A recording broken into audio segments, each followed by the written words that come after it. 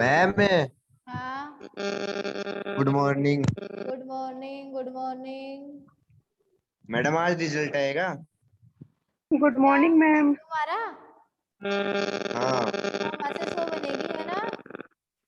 नहीं तो नहीं बनेगी। 102। हाँ, क्या खिलाएगा तू मुझे? आप क्या खाओगे? तू जो खिलाएगा वो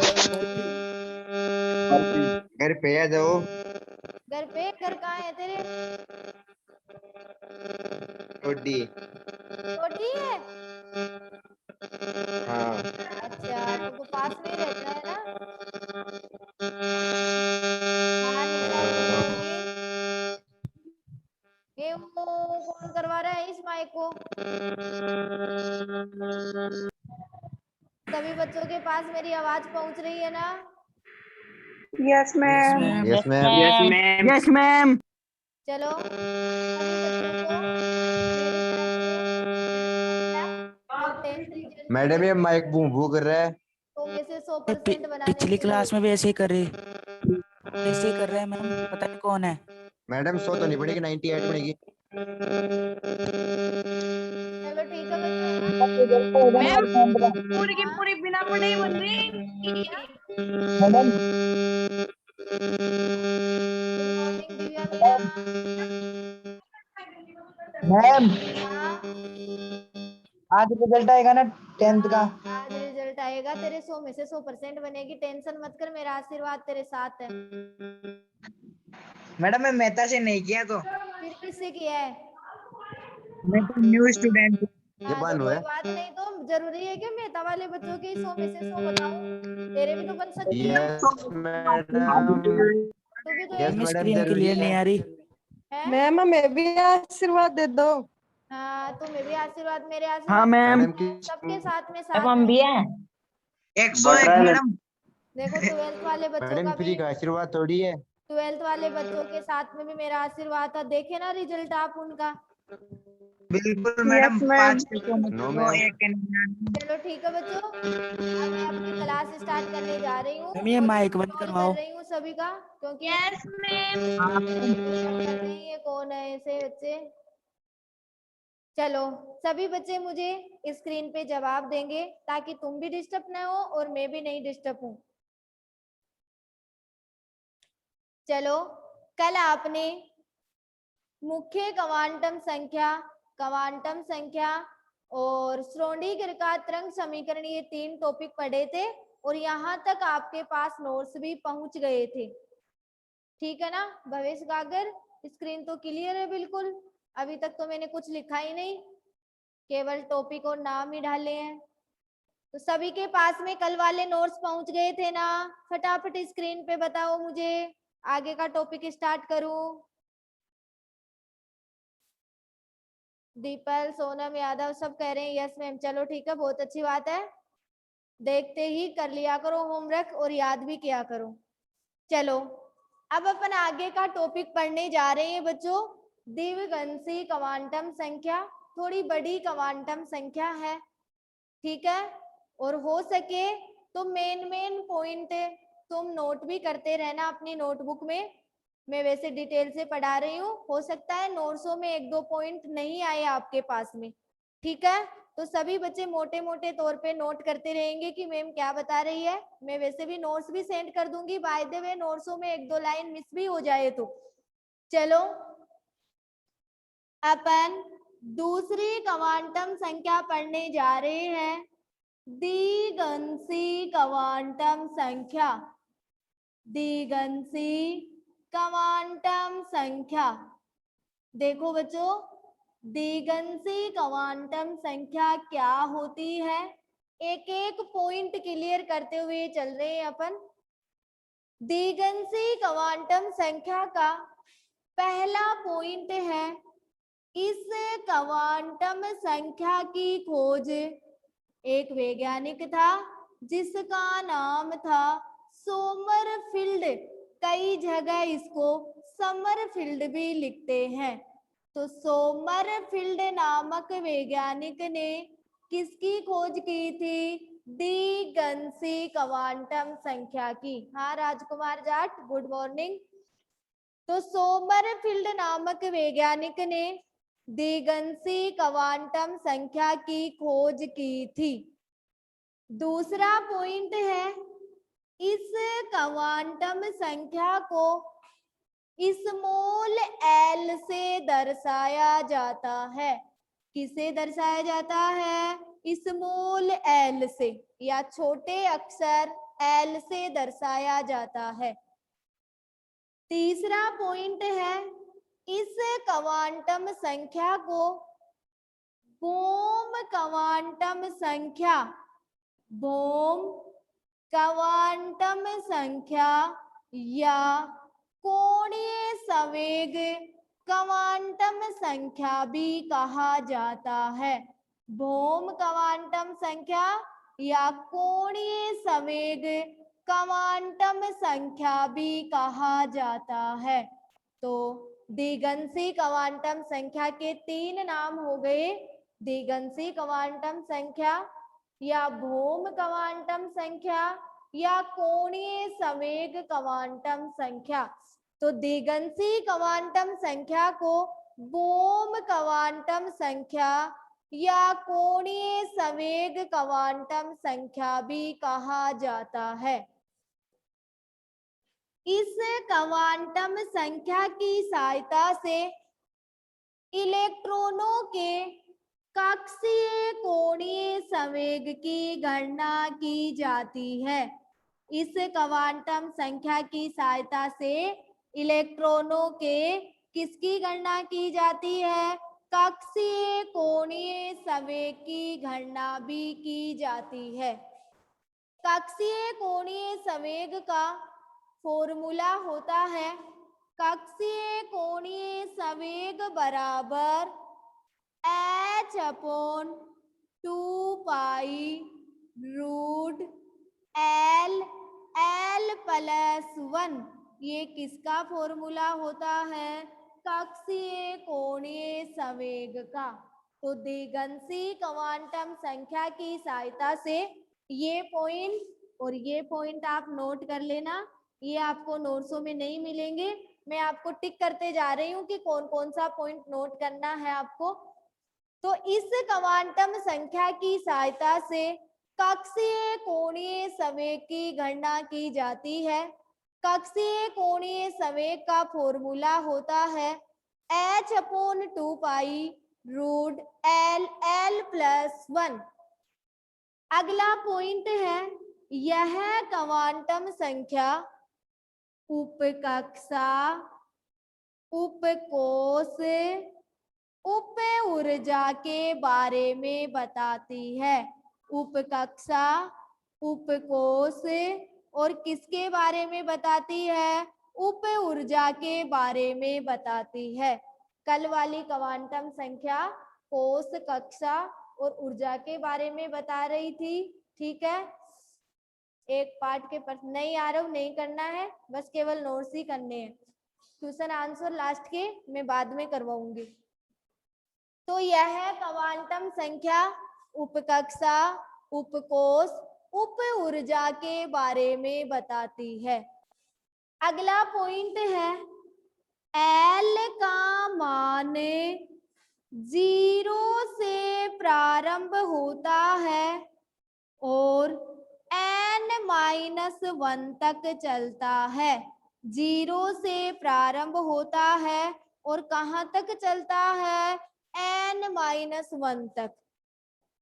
अतः L का अंतिम मान n से हमेशा 1 कम होता है। n-1 का मतलब है L का मान n से हमेशा कितना कम होता है? 1। तो L का मान 0 से प्रारंभ होता है और n-1 तक चलता है। अतः L का मान n के मान से हमेशा 1 कम होता है। तो L का मान क्या हो जाएगा? 0, 1 2 3 4 5 और कहाँ तक चलता है, n-1 तक चलता है। अगला पॉइंट है उपकोषों में, या पहले वो पॉइंट क्लियर कर लो, L के मानों को उपकोषों के द्वारा प्रदर्शित किया जाता है। कल बच्चों आपने कोष पढ़े थे, KLMNOP, आज आप उपकोष पढ़ रहे हो। उपकोष होते हैं SPDFGH, ये क्या होते हैं, उपकोष होते हैं। तो L के मानों को किसके द्वारा प्रदर्शित किया जाता है, उपकोषों के मानों के द्वारा। ये तो क्या हो गए, उपकोष।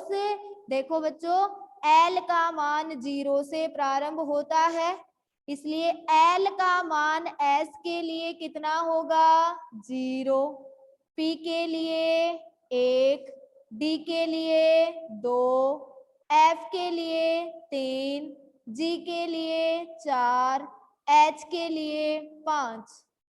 क्लियर सभी बच्चों को? तो L का मान उपकोषों के द्वारा प्रदर्शित किया जाता है। उपकोष SPDFGH होते हैं। L का मान S के लिए 0, P के लिए 1, D के लिए 2, F के लिए 3, G के लिए 4। देखो कट रहा है, नीचे दिख नहीं रहा, मैं बोल रही हूँ। और H के लिए कितना होता है, 5। इस पॉइंट को तुम नोट कर लोगे। तो L का मान उपकोषों के द्वारा प्रदर्शित किया जाता है। अगला पॉइंट है बच्चों, उपकोषों में अधिकतम इलेक्ट्रॉनों की संख्या 212+1 के बराबर होती है। कल आपने कोषों में अधिकतम इलेक्ट्रॉन की संख्या ज्ञात करने का सूत्र किया था 2n²। आज यह संख्या उपकोषों के बारे में बता रही है। तो उपकोषों में अधिकतम इलेक्ट्रॉनों की संख्या ज्ञात करने का सूत्र होता है 212+1। तो बच्चों मैं यहाँ पे इस 8वें पॉइंट की सारणी बना रही हूँ। ये तो आपके पास क्या है, उपकोष, सभी को दिखाई दे रहा है।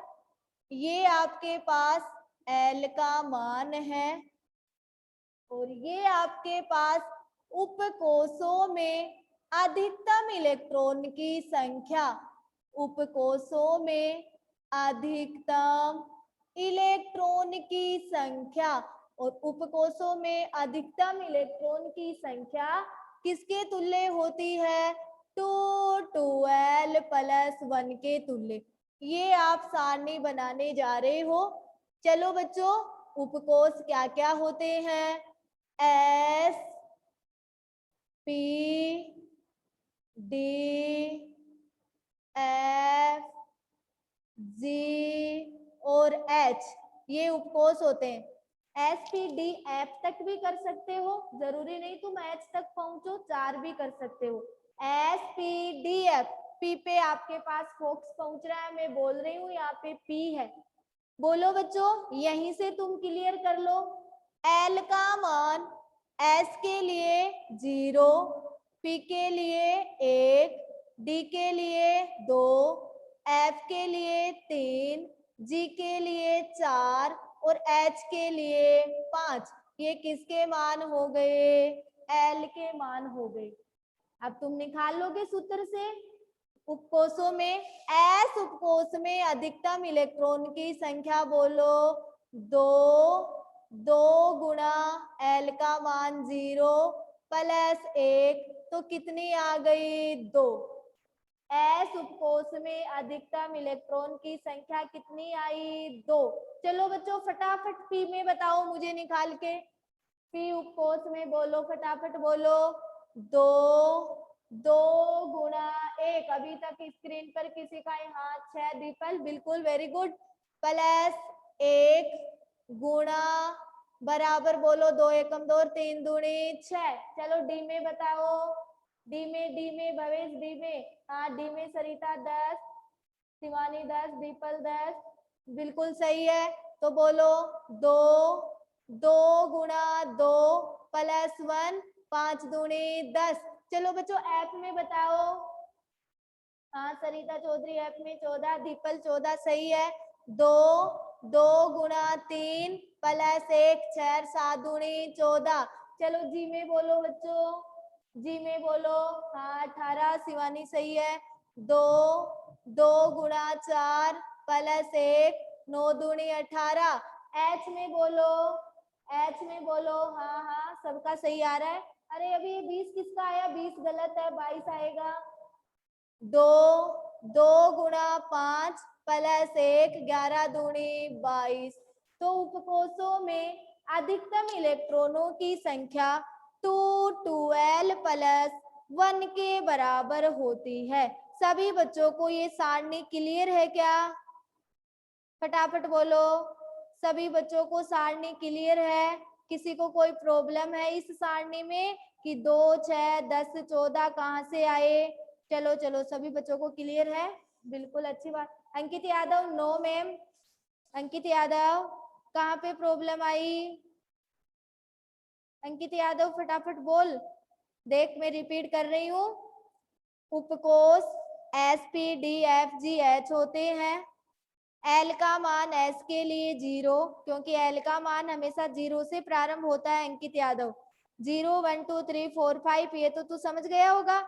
तेरे पास सूत्र है 2L प्लस 1, तो देख S के लिए निकालेगा तो 2 गुणा L का मान S के लिए 0 है प्लस 1 है। अच्छा अब कोई प्रॉब्लम नहीं है मैम, चलो अच्छी बात है अंकित यादव।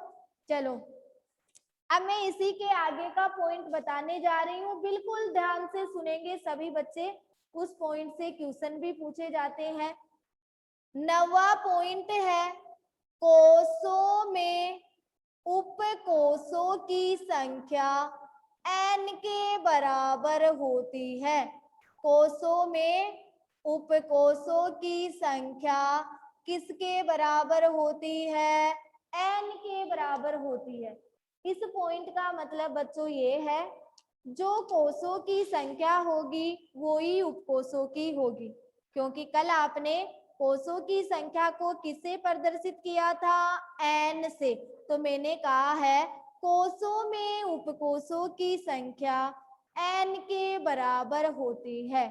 तो देखो बच्चों, जैसे आपके पास ये तो कोषों की संख्या है, कोषों की संख्या, और ये उपकोषों की संख्या है, उपकोषों की संख्या, उपकोषों की संख्या।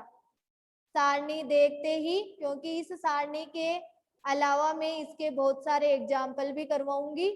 तो देखो बच्चों, कोषों की संख्या n, उपकोषों की संख्या भी कोषों की संख्या के बराबर।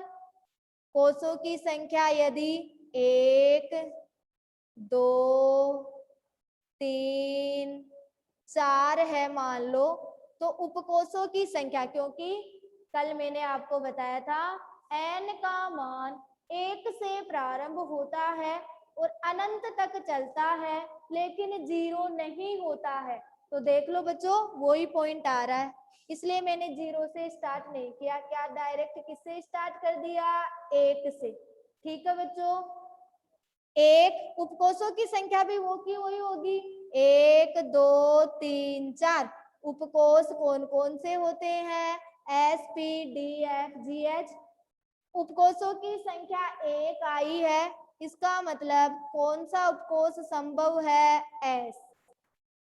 2 आई है तो 2 संभव होंगे, S और P। 3 आई है तो 3 संभव होंगे, S P और D। 4 आई है तो 4 संभव हो जाएंगे, S P D और S। ठीक है बच्चों, ये 4 ही ज्यादा मोस्ट है, SPDF तक। तो कोषों की संख्या, या ऐसे बोल दो कोषों में उपकोषों की संख्या n के बराबर होती है। कोषों की संख्या 1 है तो उपकोषों की भी 1, इसका मतलब कौन सा उपकोष आएगा? S। 2 है तो S और P 2 उपकोष हो गए। 3 है तो S P D। 4 है तो S P D F, चारों उपकोष संभव हो गए। मिटाऊंगी नहीं क्योंकि दोबारा रिपीट भी करना है ना, तो मैं आपको यहाँ पे दिखाई नहीं दे रही हूँ, मेरा जो लिखा हुआ है और बोला हुआ है वो ही दिखाई देगा। तो बच्चों इसके अपन एग्जाम्पल करने जा रहे हैं, यहाँ तक दिखाई देगा आपको। पहला एग्जाम्पल है, सभी बच्चों को दिखाई दे रहा है ना मैं जो लिख रही हूँ वो, क्योंकि बोर्ड पे जगह नहीं है और मिटाना इसलिए नहीं चाह रही क्योंकि तुम्हें रिपीट भी करूंगी मैं वापस, ताकि ये क्वांटम संख्या बिल्कुल क्लियर हो जाए। ये जो एग्जाम्पल बताने जा रही हूँ इनको नोट करना है आपको। ये भी आपको नोट्सों में सारणी मिलेगी, ये भी मिलेगी, लेकिन इसके एग्जाम्पल नहीं मिलेंगे। तो बच्चों एग्जाम्पल को पहले समझोगे बाद में नोट करोगे, ठीक है? अभिषेक चौधरी एग्जाम्पल लिखना है। पहला है के कोस के लिए n का मान, के कोस के लिए पहला एग्जाम्पल में डिटेल से लिख रही हूँ, दूसरा फिर मैं शॉर्ट तरीके से चलूंगी। के कोस के लिए n का मान, बताओ बच्चों के लिए n का मान कितना होता है? 1। कल ही आप पढ़े थे KLMNOP 1 2 3 4 5 पढ़े थे कि नहीं पढ़े थे बच्चों? के कोस के लिए n का मान 1, इसका मतलब बच्चों n का मान 1 है तो उपकोषों की संख्या भी कितनी होगी? 1।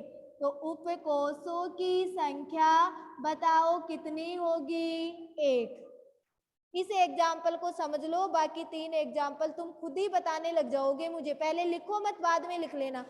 के कोस के लिए n का मान 1 है जो आपने कल पढ़ा है, उपकोषों की संख्या भी कितनी होगी? 1। मैंने इस सारणी में बता दिया, जो n का मान वो ही उपकोषों का मान। अब देखो बच्चों, L का कुल मान, L का कुल मान भी कितना होगा? 1। यहाँ पे देखो कुल मान का मतलब मैं अभी समझाऊंगी। L का कुल मान 1 होगा और L का कुल मान 1 होगा, इसका मतलब उपकोष संभावित होंगे। L का कुल मान तो 1 और 1 मान L का कौन सा होगा? 0। क्या होगा? 0। इस 1 का मतलब है L का मान क्या है? 0। देखो एक ही मान आया ना, 0। अगर 2 आता तो फिर 0 और 1 करते, अगर 3 आता तो फिर 0 1 2 ऐसे करते। अब समझ गए ना?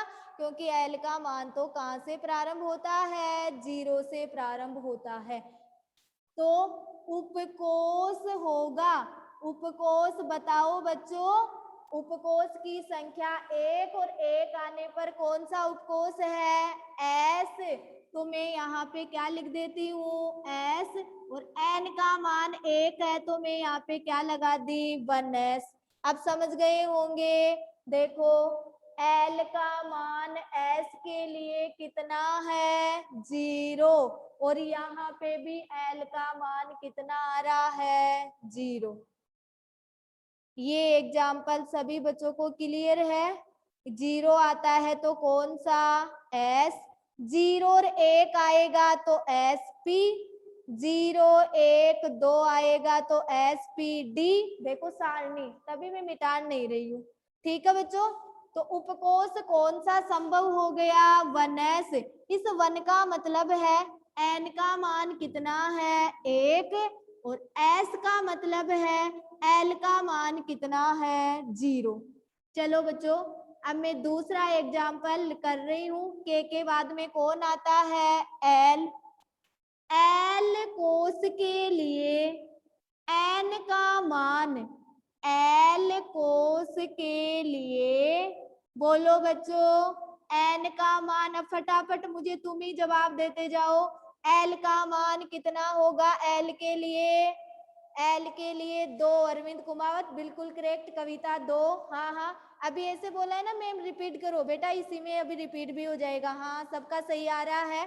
एल का मान 2, एल कोष के लिए एन का मान 2। तो बताओ उपकोषों की संख्या भी कितनी लिख दूं मैं?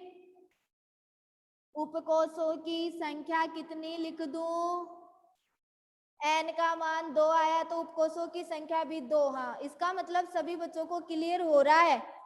उपकोषों की संख्या 2। चलो बच्चों एल के कुल मान भी कितने होंगे? 2। और एल के मान, अब मुझे ये एल का मान बताओ। एल के कुल मान तो 2 है और 2 कौन कौन से हैं? 0 और 1। 1 रेक 2, 0 और 1, 2 मान हो गए ना। तो उपकोष बोलो। अब इतना समझाने पर तो तुम इतने टैलेंट बच्चे हो। उपकोष बोलो। 0 के लिए एस और 1 के लिए, बच्चों देखो इधर, 1 के लिए पी।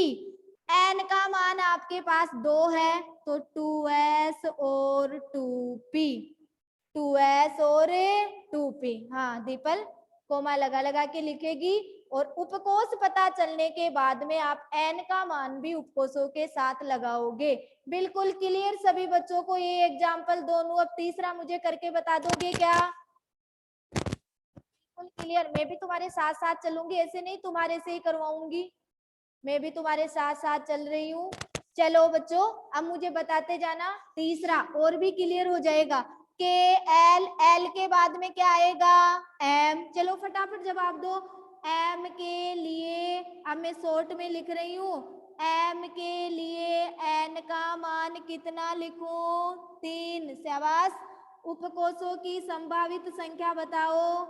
तुम तुम्हारी कॉपी में डिटेल से करोगे। उपकोष की संभावित संख्या भी कितनी? 3। चलो बच्चों एल के कुल मान भी बोलो कितने? 3। और एल के कुल मान 3 कौन कौन से आए? अब ये बता दो मुझे, मैं समझ जाऊंगी। एल के कुल मान 3 कौन कौन से हैं? जैसे 1 आया तो 0 कर दिया, 2 आया तो 0 1 कर दिया, 3 आया तो 0 1 2। सरिता कोमा भी लगा, अरविंद कुमावत, सब कोमा लगाओ बीच में, सबका सही आ रहा है। तो 0 1 2। चलो बच्चों कोष, उपकोष बताओ कौन कौन से उपकोष बने हैं? उपकोष बताओ बच्चों। एस, पी और डी। और एन का मान 3। Very good very good. अभी इसी से पहले जो चेट आया था बिल्कुल सही है। 3s 3p 3d। अब चलो बच्चों के एल एम एन के लिए बताओ मुझे, मैं नहीं कर रही, फटाफट मुझे शॉर्ट में केवल उपकोष निकाल के बता दो कि मैम एन के लिए उपकोष ये आए हैं। जल्दी से बताओ। एन के लिए प्रशांत, एन के लिए ये तो हो गया। के एल एम, हाँ हाँ 4 सही है, बिल्कुल 4। अभिषेक चौधरी फटाफट उपकोष बता कि मैम, जैसे मैंने देख पहले वाले के लिए 1s बना दिया, दूसरे वाले के लिए 2s 2p बना दिया, तीसरे वाले के लिए 3s 3p 3d बना दिया। अब चौथे वाले के लिए बताओ मुझे ऐसे क्या उपकोष आएंगे? बच्चों कितने अच्छे अच्छे बच्चे हो तुम, फटाफट बताओ मुझे एन के लिए। चौथा एग्जाम्पल में यहाँ लिख रही हूँ, एन के लिए एन का मान बोलो कितना आया? 4। ये एग्जाम्पल आपको नोटबुक में नोट करने हैं, रफ में करना। Shivani very good, Shivani Shivani very good. Nisha तेरा भी सही है लेकिन पूरा नहीं निकाली है अभी। एन के लिए एन का मान 4, बोलो उपकोष भी कितने? 4। एल के मान भी 4। एल के मान 4 कौन से हुए?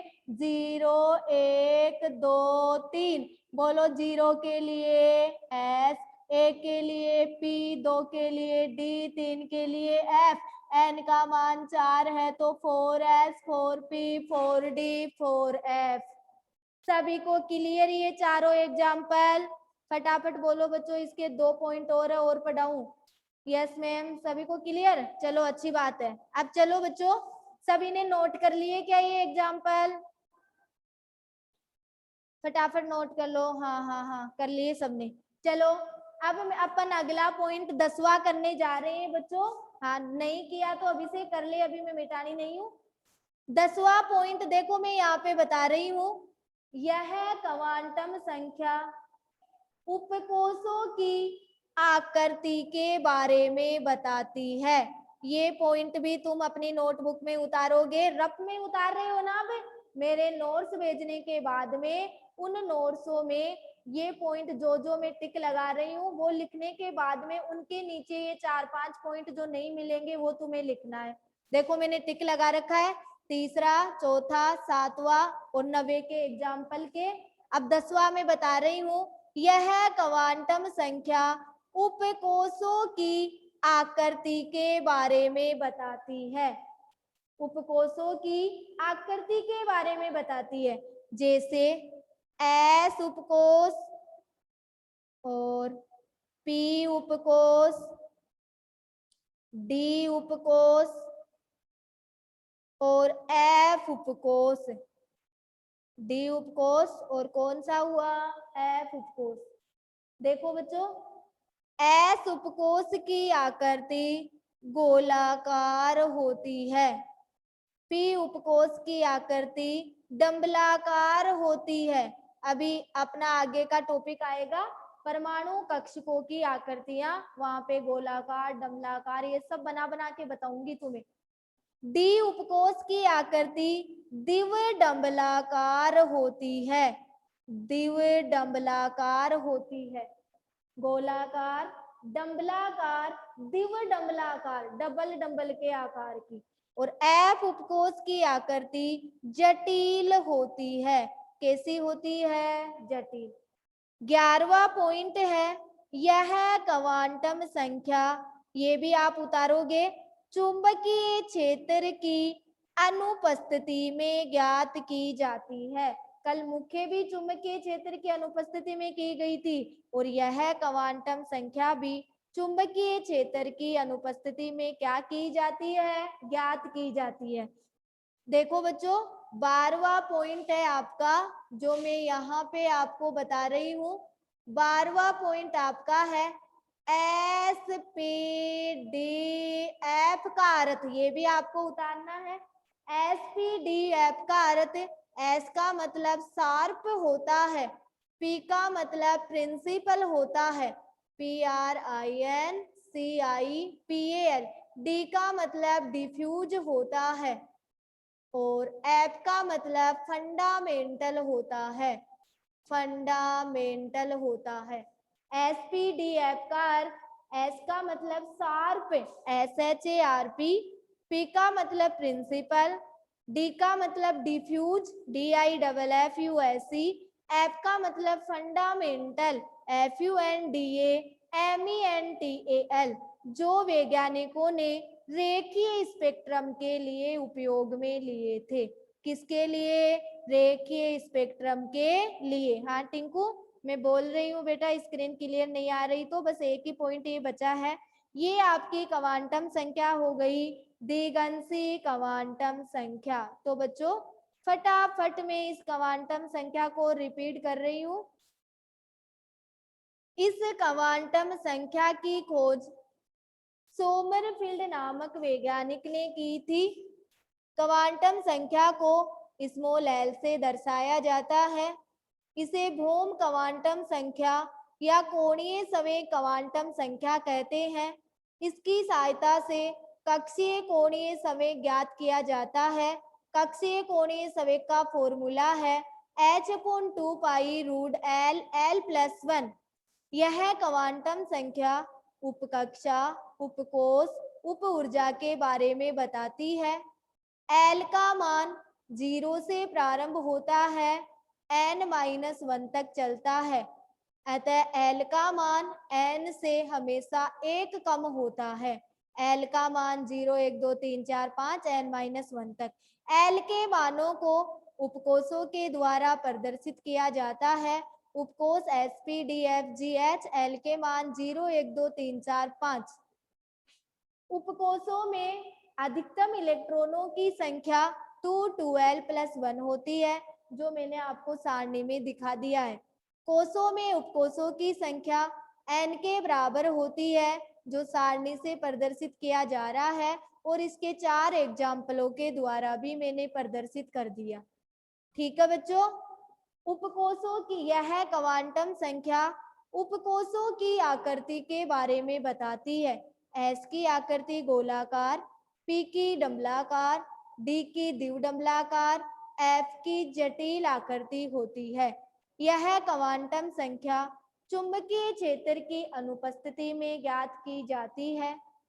इस क्वांटम संख्या में एसपीडीएफ का अर्थ एच का मतलब शार्प, पी का मतलब प्रिंसिपल, डी का मतलब डिफ्यूज, एफ का मतलब फंडामेंटल होता है, जो वैज्ञानिकों ने रेखीय स्पेक्ट्रम के लिए उपयोग में लिया था। तो बच्चों आपको तीसरा, चौथा, सातवां, 90 के एग्जाम्पल, 10वां, 11वां और 12वां, ये 5-6 पॉइंट आपको उतारने हैं। बाकी के पॉइंट आपके पास नोट्सों में पहुंच जाएंगे। सभी बच्चों को क्लियर द्विघन सी क्वांटम संख्या? अंकित यादव क्लियर? चलो सभी बच्चों ने, मैंने टिक लगा रखे हैं वो पॉइंट नोट कर लिए क्या?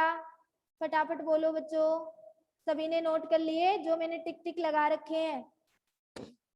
कोई बच्चा रह तो नहीं गया ना? चलो ठीक है, इसी के साथ अपन क्लास एंडिंग करने जा रहे हैं। कल आगे की क्वांटम संख्या पढ़ेंगे, चुंबकीय क्वांटम संख्या। ओके बच्चों, सभी बच्चों को bye, best of luck for 10th result के लिए, क्योंकि मुझे सभी बच्चों से कल मिठाई भी तो खानी है ना, डिब्बे बड़े बड़े लाओगे।